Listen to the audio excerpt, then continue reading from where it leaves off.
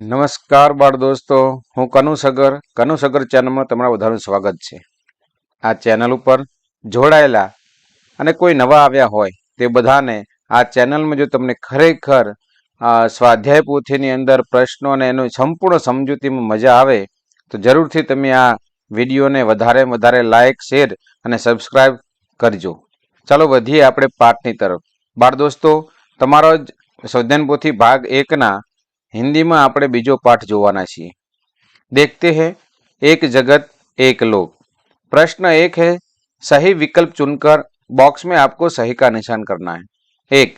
कवि किस विचार को श्रेष्ठ मानते हैं? विश्व बंधुत्व. कवि किसको हमारा धर्म मानते हैं? मानवता.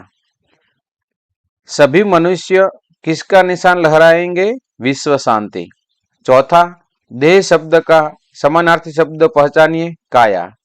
5. सर्दी शब्द का विलोम शब्द पहचानिए. गर्मी. 6. निस दिन घर घर में क्या गूंज रहा है? मधुर गान. 7. लक्ष्मी आज स्कूल क्यों नहीं आई? वाक्य में संज्ञा पहचानिए. तो लक्ष्मी ये व्यक्तिवाचक संज्ञा है. प्रश्न 2. प्रश्नों के उत्तर लिखिए. पहला, एक जगत एक लोक ऐसा कवि ने क्यों कहा है? क्योंकि पूरी पृथ्वी एक है, हम सब एक ही संसार और एक ही लोक के निवासी हैं. सारी दुनिया एक है, हम सबको जाति, धर्म, देश या भाषा के नाम पर भेदभाव नहीं करना चाहिए. हमें सबको एक समान समझकर प्रेम, एकता और भाईचारा से रहना चाहिए. प्रश्न 2. सभी नदियां अलग अलग है, फिर भी कवि एक ही पानी क्यों कहते हैं? क्योंकि भले ही नदियों के उद्गम स्थान अलग अलग हो, भले ही बहने का रास्ता अलग हो, लेकिन सब नदियां अंत में सागर में मिल जाने के बाद एक हो जाती हैं. इस तरह मनुष्य बाहरी रूप से भले ही अलग हो, लेकिन अंदर से हम सब एक जैसे हैं.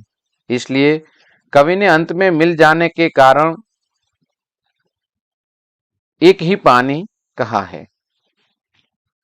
तीसरा, हम हर्षोल्लास के साथ आनंद के गीत क्यों गाते हैं? क्योंकि लोगों और राष्ट्रों के बीच समानता और पारस्परिक प्रेम बढ़े. रात दिन घर घर में यही गीत गूंजना जरूरी है. सबको बताना है कि हम सब एक जगत एक लोक के निवासी हैं. 4. प्रगति, न्याय, मानवता के बारे में कवि क्या कहना चाहते हैं? तो कवि कहते हैं, हम विश्व के सभी राष्ट्रों को एकता में बांधे, हम सब में समानता और ममता की भावना जगाए, हमें सारे विश्व में शांति की ही स्थापना करें, सबकी प्रगति हो, सबको न्याय मिले और सबके मन में मनुष्य के प्रति मानवता की भावना हो, ऐसा कवि कहना चाहते हैं. 5. हमें विश्व शांति का निशान क्यों लहराना चाहिए? क्योंकि विश्व शांति का निशान लहराने से हम सब मिलजुल कर रहना है. इस तरह अपनी एकता साबित करते हैं.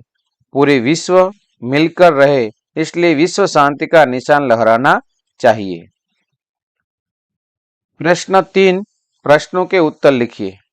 1. हमारा धर्म क्या होना चाहिए?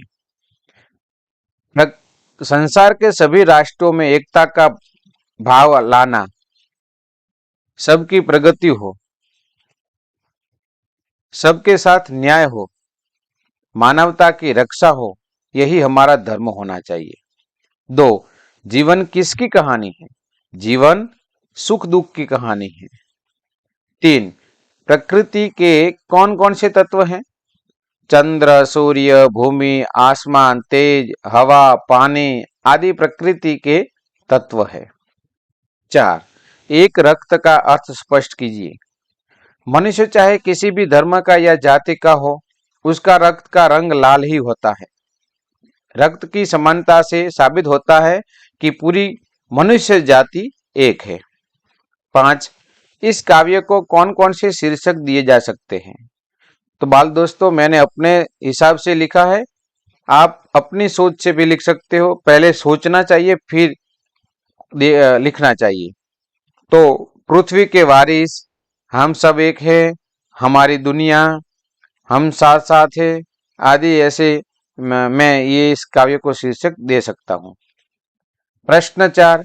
दिए गए उदाहरण के अनुसार वर्ण से शुरू होने वाले शब्द लिखना है। यहाँ पर उदाहरण के तौर पर न से शुरू होने वाले शब्द हमें देखने को मिलते हैं। वैसे हमें अलग अलग वर्ण दिए गए, उससे हमने यहाँ पर शब्द बनाए, जैसे म तो मगर, ममता, मकान, मालिक। ग से गंगा, गाय, गांव, गवार। ज से जलेबी, जवान, जगत, जमीन। व से वादा, वतन, वारिस, वक्त। र से रजाई, रात, राजा, रकम। फिर ल से ससुर, समधी, सुबह, सांस। प्रश्न 5 है, दिए गए भावार्थ के संदर्भ में पंक्तियां लिखिए। यहाँ पर भावार्थ दिया गया है, अब उसकी लगती हुई पंक्ति काव्य में से ढूंढकर लिखनी है। एक ही दुनिया, एक ही संसार, सबका एक ही मान है। तो इस पंक्ति होगी, एक जगत एक लोक, सबका है एक मान। दूसरा, जीवन एक सुख दुख की कहानी है। जीवन है सुख दुख की एक कहानी। तीसरा, हम हर्षोल्लास के साथ खुशी के गीत गाते हैं, तो हर्ष भरे गाए हम राग सुहाने। चौथा, हर एक मनुष्य का रक्त एक समान है, एक देह एक रक्त। पांचवा, राष्ट्र में एकता का भाव होना हमारा कर्तव्य है, राष्ट्रों में ऐक्य यही कर्म हमारा। प्रश्न 6, काव्य पंक्तियों का भावार्थ लिखिए। यहाँ पर काव्य पंक्ति दी गई है और हमें उसका भावार्थ लिखना है। पहला, एक तेज एक हवा एक ही पानी, जीवन है सुख दुख की एक कहानी। हम यहाँ पे भावार्थ लिखे हैं, हमें मिलने वाले प्रकाश, हवा और पानी एक ही है। हमारा जीवन ही एक सुख और दुख की कहानी है, यानी जीवन में सबको सुख और दुख आता रहता है। हम सबके जीवन में सुख दुख भी एक जैसे हैं। दूसरा है, हर्ष भरे गाए हम राग सुहाने, समता और ममता के गीत तराने। भावार्थ, हमें आनंदित होकर सबके साथ मिलकर सुंदर राग में गाना चाहिए। हम एक दूसरे के प्रति समानता और पारस्परिक प्रेम के गीत गाए। तीसरा, राष्ट्रों में ऐक्य यही कर्म हमारा, प्रगति न्याय मानवता धर्म हमारा।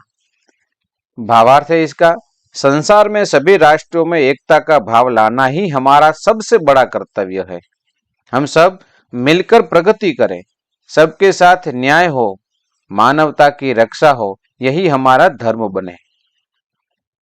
प्रश्न नंबर 7, रिक्त स्थानों की पूर्ति कीजिए। जहां पर खाली जगह रखा है उसे रिक्त स्थान कहते हैं। तो पहला, तराना तो घबराना, डराना। सागर, गागर, मगर। पटकर तो सुनकर, पटकर। सुंदरता, मधुरता, उदारता। भलाई तो बुराई, अच्छाई। वन, मन, उन। तो ऐसे ये रिक्त स्थान की पूर्ति की है हमने। आखिरी प्रश्न है प्रश्न 8, सही जोड़ मिलाइए। एक तरफ, दोनों तरफ विराम चिन्ह ही है, लेकिन संकेत के रूप में दिए गए हैं और उनको शब्द के रूप में लिखा है, हमें पहचानना। पहला जो है पूर्ण विराम, तो यहाँ पे संकेत के रूप में ये जो दिया गया है वो पूर्ण विराम का निशान है, तो हमने यहाँ पर उसका क्रम लिख दिया है 7। तो इस तरह यहाँ पर सब हमने उनका जोड़ मिला दिया है। अल्प विराम किसको कहते हैं, तो ये 6वां अल्प विराम है। प्रश्नवाचक चिन्ह ये है 5वां। विस्मयादि बोधक चिन्ह ये है 8वां। योजक चिन्ह इसको कहते हैं। निर्देशक इसको कहते हैं। कोष्टक तीसरा है, इसे कोष्टक विराम चिन्ह कहते हैं। एक हरा अवतरण चिन्ह, जहां पर हमें एक देखने को मिलता है उसे एक हरा अवतरण चिन्ह कहते हैं। दोहरा मतलब दो होते हैं दोनों तरफ, उसे दोहरा अवतरण चिन्ह कहते हैं। तो बाल दोस्तों, अगर मेरा यह वीडियो अच्छा लगा, आपको ऐसा लगे कि नहीं ये बहुत अच्छा वीडियो है, हमें बहुत अच्छी उसमें सीखने को मिला है, तो जरूर फिर से मैं आपको एक विनती करता हूं कि इस वीडियो को अच्छा लगने के कारण इस YouTube चैनल को आपको जरूर सब्सक्राइब करना चाहिए। मिलते हैं अगले एकम में, तब तक जय जय गरवी गुजरात।